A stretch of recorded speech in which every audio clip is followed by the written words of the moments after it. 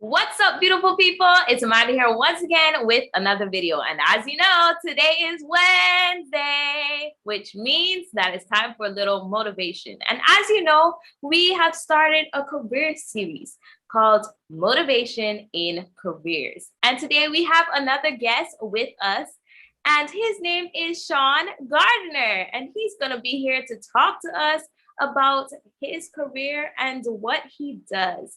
So welcome, Sean, to our channel. It is such a pleasure to have you. How are you doing? Thank you, Amanda. I am blessed to be a part of this. I am honored to be a part of this and being asked to participate. Thank you very much for the invite. All right. We are definitely happy to have you. So let's get into it.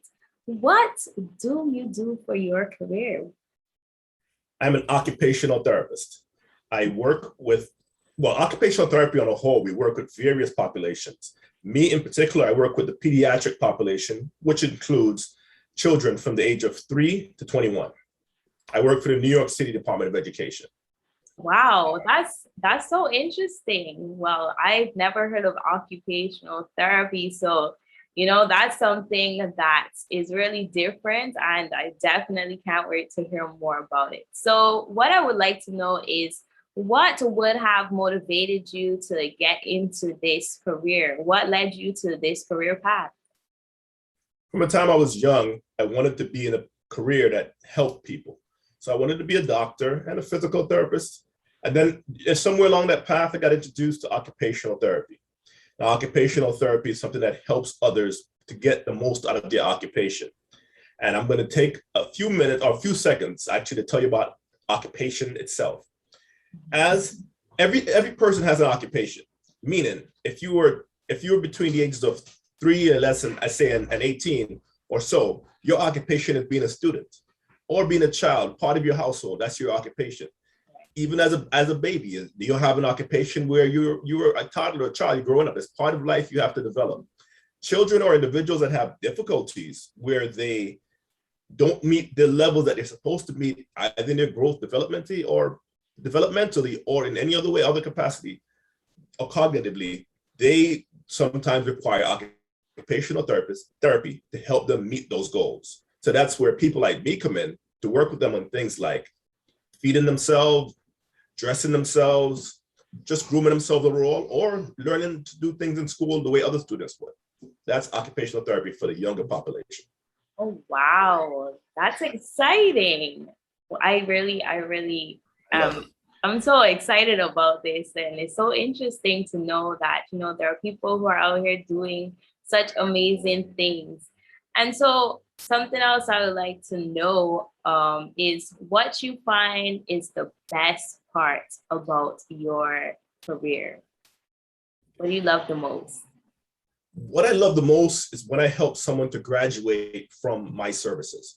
So when you're a really good occupational therapist, you're really trying to work yourself out of your job. You want people to do so much better that they no longer need your services. So for example, if a parent has me in the child's life because the child needs to reach certain goals, my job is to make sure that the child reaches these goals where they no longer need me. Or if they need someone, they can ask for the help that they need. Not everyone is going to be a completely independent, but we can all be interdependent. Like you, Lauren, anyone that needs help, you will know how much help you need. So for occupational therapy, we help these individuals reach their maximum potential so that they can get the same access to things as those around them. Wow. So and I love it when they see them when they blossom and they no longer need me. That's the best part of my career. Wow, that's awesome.